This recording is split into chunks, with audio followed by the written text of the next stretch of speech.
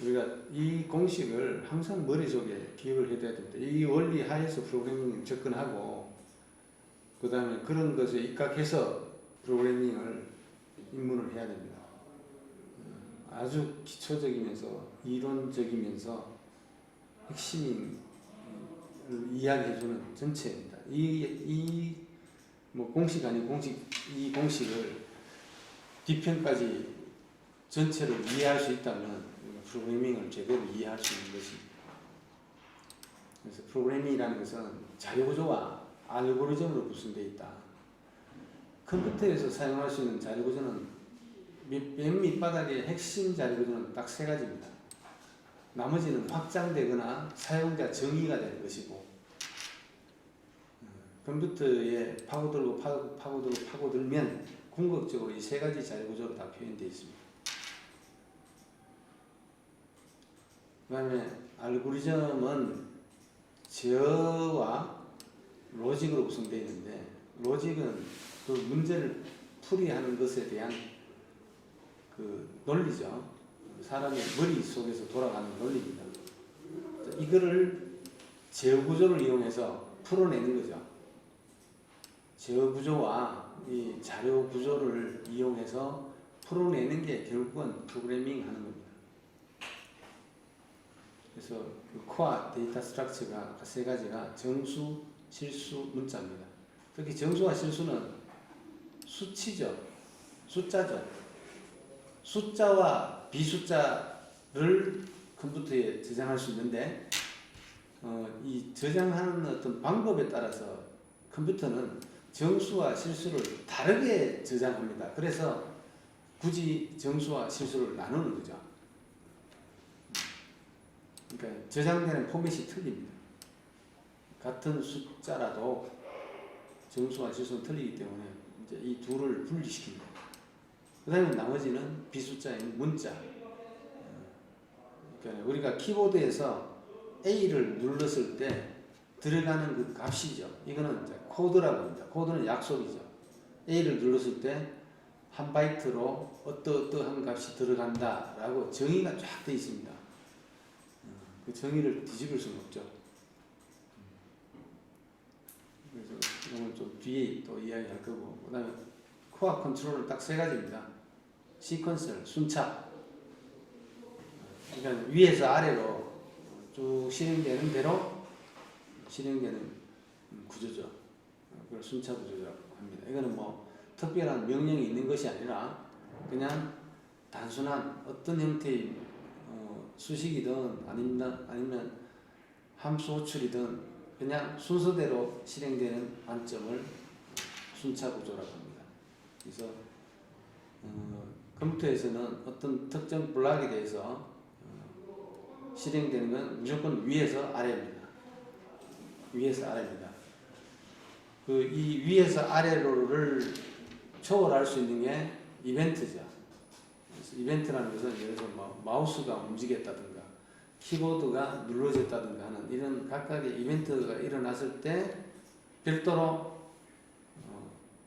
그 시차를 두지 않고 그 이벤트가 발생한 시점에 실행되는 구조를 이벤트 구조라고 하죠. 그런 경우를 제외하고는 모든 것들은 다 순차다.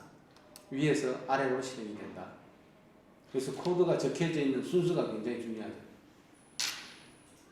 그 다음에 선택 구조.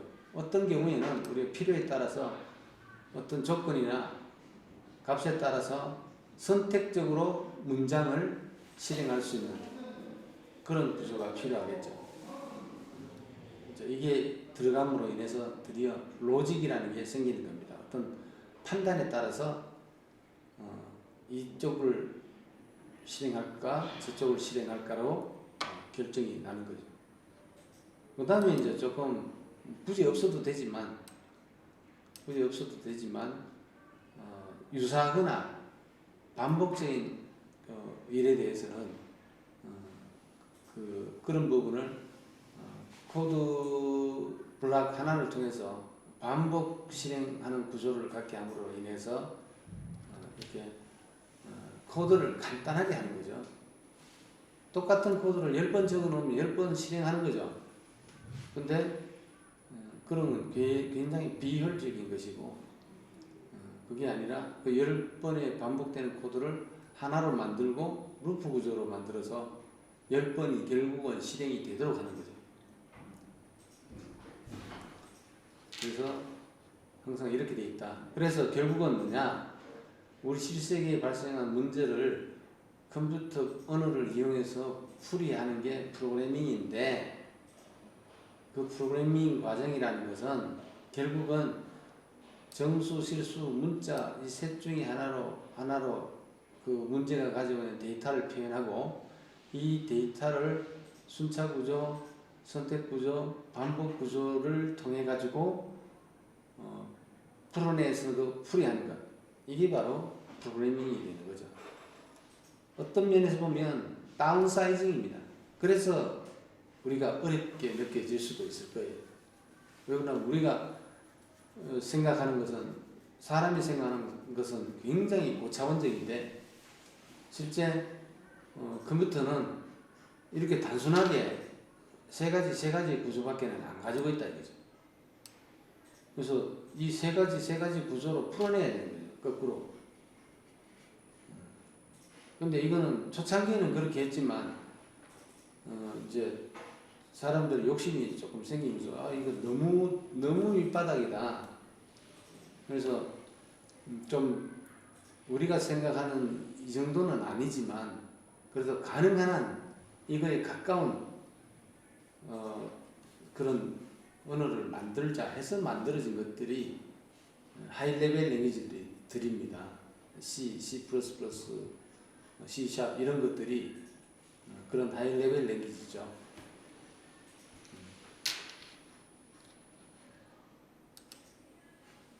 자, 다시 이야기해보면 이런 관점이죠.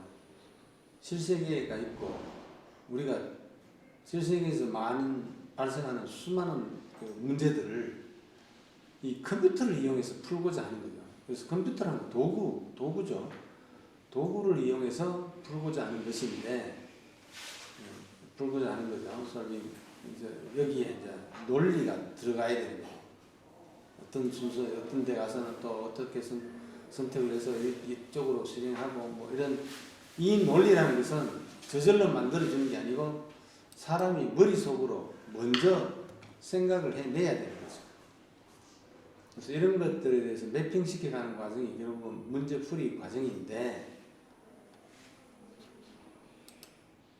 이제 우리가 이 컴퓨터에 대해서 기본적으로 이런 관점은 이해를 해야 됩니다. 이 컴퓨터 세계는 한마디로 이야기하면 바이너리 세계입니다. 이진 세계죠. 오로지 여기는 이진수의 개념으로밖에 움직이지 않습니다. 그래서 실세계에서 발생한 문제가 결국은 이 문제라는 게 가지고 있는 데이터들이 굉장히 많죠. 이런 데이터들을 컴퓨터에 일단 저장을 해야 됩니다. 그래야 컴퓨터를 이용해서 처리할 수가 있죠. 근데 이 저장 데이터는 두 가지 관점으로 그 저장을 할 수가 있습니다. 수치와 비수치로. 수치는 정수 실수고, 비수치는 그냥 문자입니다. 바이트 단위로. 근데 이 컴퓨터라는 세계는 처리 기억계가 있고 저장계가 있어요. 그래서 얘가 맨 처음에 들어갈 때는 두 가지 관점으로 들어갈 수 있는데, 하나는 파일의 개념이고, 하드디스크라는 이 기억 매체에, 요즘은 이제 하드디스크뿐만 아니라 SSD도 이 기억 체계로 많이 사용이 되죠. 어쨌든 파일의 형태로 일단 들어가거나, 아니면 미리 만들어진 데이터베이스 형태로 이 데이터가 들어갈 수 있어요. 그러면 이제 이 데이터를 이용해서 프로그램을 짜겠죠. 프로그램을 짜면 최종적으로 그 프로그램의 결과는 이 기계어로 나옵니다. exe 형태의 0과 1의 의미로만 딱 되어 있는 이 실행 파일이 나옵니다. 이 실행 파일이 업로드가 되면, 그게 이 처리 및 기억계는 메인 메모리와 CPU로 구성되어 있습니다. 이런 것들이 이런 어떤 내부적인 버스라고 하는데, 내부적인 버스 구조를 통해서 서로 왔다 갔다 하면서 하는데, 메인 메모리는 지금 현재 지구상에 존재하는 그 컴퓨터의 모든 체계가 중심이 메인 메모리입니다. 지금 나와 있는 거의 99%의 컴퓨터들이 폰 노이만이라는 사람이 주창한 그 컴퓨터의 그 원리에 의해서 만들어진 컴퓨터인데, 그 컴퓨터의 가장 핵심이 뭐냐면 스토어드 프로그램 컨셉트입니다. 프로그램도 메모리에 저장한다. 옛날에는 이 사람이 나온 그 컴퓨터 모델 이전에는 데이터만 메모리에 저장이 됐었어요. 그 처리하는 대상이 되는. 그리고 프로그램은 하드웨어적으로 작성이 됐었죠. 그러다가 이 사람이 그럴 필요 없다. 프로그램도 이 메모리에 집어넣자. 그러려니까 CPU가 필요했던 거죠. CPU가 이 프로그램을 하나씩 가져와서 처리를 하는데, 여기는 크게 보면 컨트롤 유닛과 ALU와 레지스터들로 구성되어 있습니다. 그래서 컴퓨터 내부에 저장이라는 그 공간의 개념은 이 메인 메모리와 바로 레지스터입니다. 이 무슨 말이냐면, 여기 있는 데이터가 최종적으로 이 컴퓨터를 통해서 저장해 들어갈 때, 처음에는 하드디스크를 거쳐가지고 어쨌든 실행될 때는 메인 메모리로 올라가야 됩니다.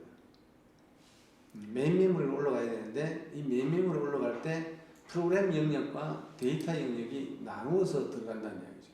그리고 내부적으로 처리되면서 이 CPU 내에 있는 굉장히 빠른 레지스터들을 이용해서 돌아간다는 이야기죠. 그래서 우리 관점에서 보면 컴퓨터가 실행되는 것은 이 데이터는 레지스터나 바로 메인 메모리라는 곳에 들어가서 사용이 된다는 거. 그거는 여러분들이 알고 있어야 됩니다.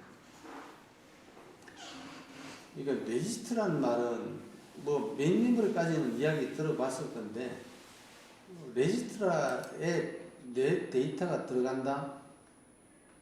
조금 처음 들어볼 수도 있을 겁니다. 근데 분명히 CPU 내에 있는 레지스터를 사용을 합니다. 굉장히 빠른 메모리. 하지만 용량이 그렇게 많지 않습니다. 뭐 많이 있어봐야 열 몇 개, 그 정도밖에는 되지 않습니다. 왜 그러냐면 이거는 굉장히 비싸기 때문에. 이 메인 메모리처럼 이 정도 용량을 갖추지 못합니다. 그래서 어쨌거나 우리가 보는 관점에서 이 관점을 이해를 하세요. 결국 문제를 푼다는 것은 이 문제가 가지고 있는 데이터들을 컴퓨터에 저장을 시켜놓고 실행이 될 때 결국에는 이 메인 메모리에 레지스터에 올라가서 데이터가 존재하게 돼 있다. 그리고 우리가 짠 프로그램 그 로직, 그 프로그램에 의해서 실행이 돼서 그 결과가 다시 디스크로 오든지 아니면 그 모니터 같은 그런 출력 장치에 오든지 해서 우리가 처리된 결과를 확인할 수 있도록 되는 거다 이거죠. 그래서 이런 어떤 체계로 되어 있다는 것을 여러분들이 이해를 하면서 프로그래밍을 해야 돼요.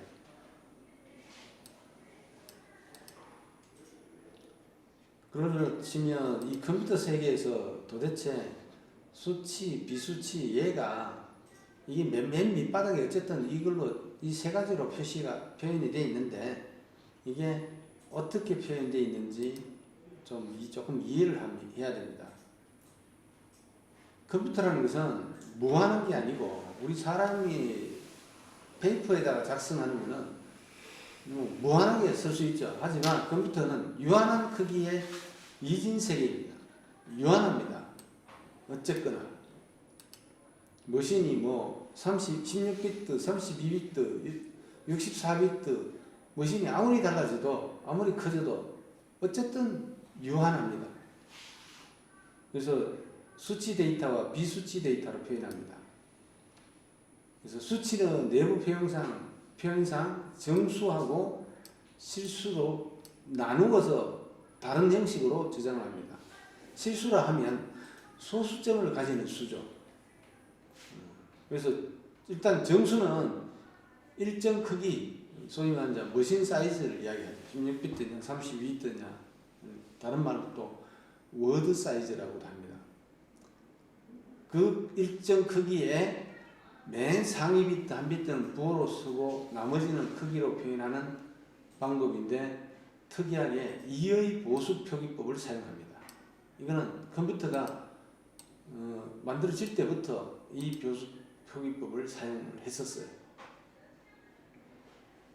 그거에 대한 이거 논리만 따로 설명하더라도 1시간 정도 할애를 해야 되기 때문에 여기서는 일단 이렇게만 이해를 하고 넘어가도록 하겠습니다.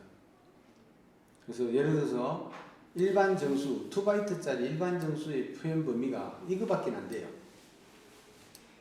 플러스 32767, 32,767 굉장히 작죠. 결국은 또 2바이트면 16비트죠.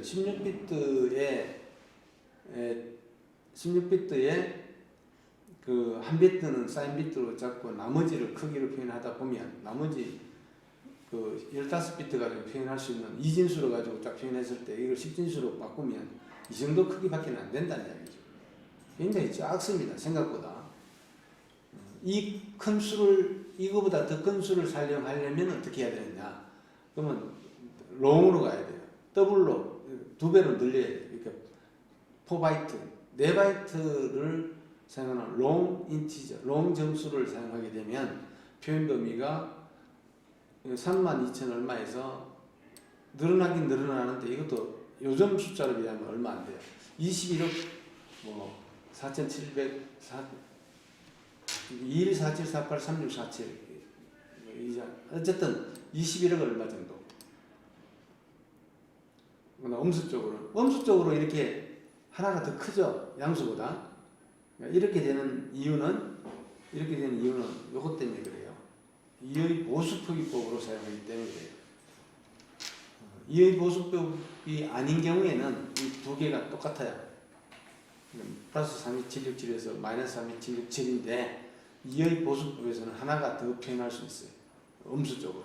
그래서 이게 숫자가 하나가 차이 나는 겁니다.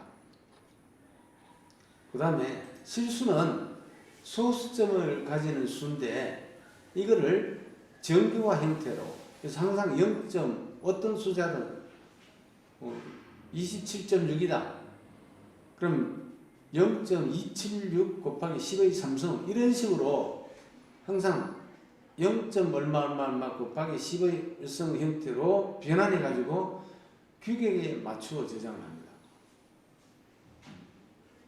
그래서 이런 식으로 항상 저장한다는 거. 그래서 실수는 소수점 숫자를 저장하는 의미도 있지만 아까도 얘기했죠. 정수 표현의 한계가 굉장히 작아요. 정수 표현에 대한 한계로 인해서 아주 큰 수와 아주 작은 정교한 숫자를 저장하는 의미도 이 실수 표현이 가지고 있습니다. 그래서 어쨌든 정수 실수가 우리 컴퓨터 내부적으로는 이런 원리를 가지고 저장이 된다는 거예요. 그 다음 비수치 혹은 문자는 그냥 바이트, 8비트죠. 데이터 형태로 그냥 저장이 됩니다.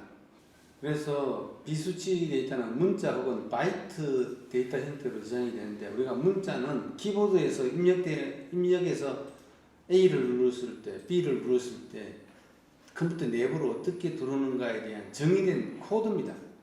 코드는 약속이죠. 이거는 무조건 사용하려면 지켜야 되는 부분이죠. 그리고 이제 ASCII 대표적인 게 ASCII 코드, EBC, DIC 코드 등이 있습니다. 그래서 대부분 이제 ASCII 코드를 사용하죠. 코드 A가 눌렀을 때 컴퓨터 내부에 어떻게 들어올 것이냐, 그것들을 조합해서 문자 열도 만들고 그렇게 되는 겁니다. 그림 같은 경우도 바이트 코드들이 집합이죠.